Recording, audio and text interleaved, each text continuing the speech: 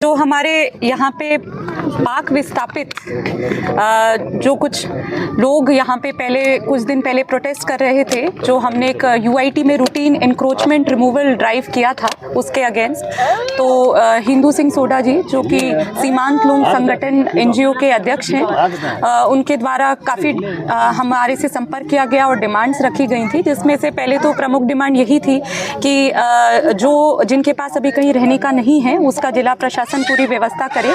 तो करीब 7 दिन से हमने उनके लिए खाने के लिए, रहने के लिए पूरी व्यवस्था करी थी। उसका खर्चा भी पूरा हमने ही बियर किया था।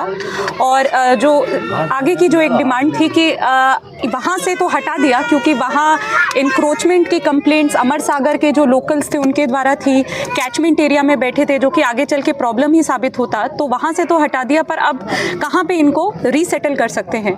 तो उस पर्पज़ से यूआईटी द्वारा हमने ये लैंड, जहाँ आज हम सब बैठे हैं, जहाँ आपको भी हमने इनवाइट किया, ये लैंड हमने 40 बी का चिन्हीकरण किया है और अब ये लैंड एक्सक्लूसिवली इनके यूज़ के लिए ही उपयोग में ली जाएगी।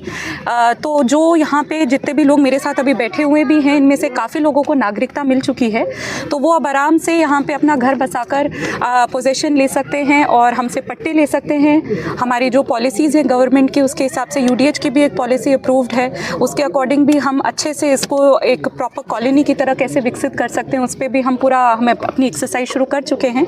और जिनके पास, जो अभी बहुत रिसेंटली आए हैं, उनके पास नागरिकता नहीं है, तो उनके लिए भी ये है कि वो यहाँ पे टेम्परेरीली तो आराम से सेटल हो सकते हैं और एज एंड व्हेन उनको सिटीजनशिप मिलती है तो वो भी अपना आवेदन करके पट्टा प्राप्त कर सकते हैं। तो जो एक मूल बात थी कि जो पाकिस्तान से डिस्प्लेस्ड आ रहे हैं हमारे यहाँ लोग और जिनको बहुत परेशानियों का और कठिनाइयों का सामना करना पड़ता है, तो उनके लिए ये एक परमानेंट सोल्यूशन है, क्योंकि अब यहाँ पे वो आराम से बस सकते हैं टेम्परेरी फॉर्म में या परमानेंट फॉर्म में। कोई उन्हें डिस्टर्ब नहीं करेगा, कोई हटाएगा नहीं। और जैसे कि अन्यथा पहले वो जहाँ से हमने उन्हें हटाया था, जहाँ बैठ गए थे, जहाँ पे अन्य अलग दिक्कतें थी, लोकल्स का ऑपोजिशन था, कैचमेंट एरिया था, किसी और संस्था को वो खसरा अलॉटेड था, तो यहाँ पे ऐसी कोई प्रॉब्लम या कोई इशू नहीं आएगा। साथ ही में ये जो एरिया है 40 बीघा का, ये अभी हमने करेंटली 250 फैमिलीज़ के लिए प्लान किया है। और अगर मान लीजिए आगे आने वाले टाइम में और भी लोग आते हैं, और भी लोगों को ज़रूरत मिलती है, तो इसका पास का ही खसरा है जहाँ पे और फर्दर आवंटन भी किया जा सकता है और फर्दर लैंड इसी चीज़ के लिए उपयोग में लिया जा चुका है।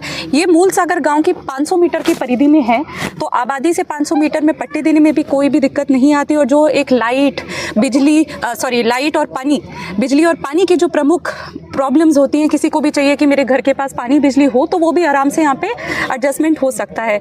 साथ ही जो सीमांत लोग संगठन है, उसके भी और भी सजेशंस आए थे, वो भी जिला प्रशासन अब टेकअप कर रहा है। जैसे कि यहाँ पे पास में ही स्कूल की भी सुविधा है। हमारे ज़िले में अभी भी काफ़ी ऐसे स्कूल्स हैं जहाँ पे पाक विस्थापित लोगों के बच्चे ऑलरेडी पढ़ रहे हैं। इवन अगर उनके आधार और जन आधार नहीं है तो भी हम उनका नामांकन कराकर उन्हें शिक्षा तो दे रहे हैं। बट हाँ, कुछ स्कीम्स जिसमें आधार या जन आधार का रिक्वायरमेंट होता है लाभ लेने के लिए, वो तो अभी नहीं दे पा रहे, तो उस पर भी क्या हम प्रयास कर सकते हैं वो हम सोच रहे हैं।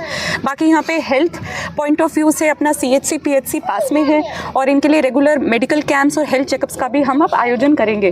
तो एक जो एक होलिस्टिक अप्रोच है, जो ये सभी चाहते हैं कि हम एक अच्छा जीवन जिएं, हमें जो जो सुविधाएं सरकार दे सकती है अभी हमारी इस कंडीशन में, तो वो सब हम करने की कोशिश कर रहे हैं। और आज ये हमारे यहाँ शुरुआत है और ये पहली बार ही एक लैंड उनके लिए स्पेशली चिन्हीकरण करके उनके लिए सेट अपार्ट किया गया है। तो अब इनको आगे आने वाले टाइम में बहुत सुविधाएं भी मिलेंगी और अब इन्हें कम दिक्कतों का सामना करना पड़ेगा। जो अभी करेंटली यूआईटी की पॉलिसी है, उसमें 25% जो वैल्यू रहती है उसका, तो जो टोटल वैल्यू होती है उसका 25% तो देना होता है। पर हमने यूडीएच से ऑलरेडी रिलैक्सेशन के लिए लिखा है, क्योंकि ऑफकोर्स एक सिंपैथेटिक व्यू लिया है कि ये लोग गरीब हैं और काफ़ी दिक्कतों और कठिनाइयों को फेस करके आए हैं, तो इसमें जो रिलैक्सेशन के लिए और इसमें हमने रियायत मांगी है सरकार से। मूल सागर में इन लोगों से मिली है जी, क्या रिएक्शन?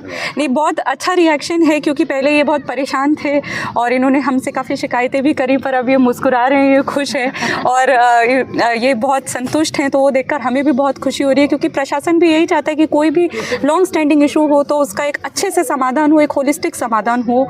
तो जैसे हमने आपको वादा किया था कि 7 दिन में कर देंगे, तो आपको कर दिया 7 दिन में। तो ये देख के बहुत अच्छा लग रहा है सभी को ही। तो प्लस जैसे साहब का एनजीओ है, वो लगातार इन लोगों के संपर्क में भी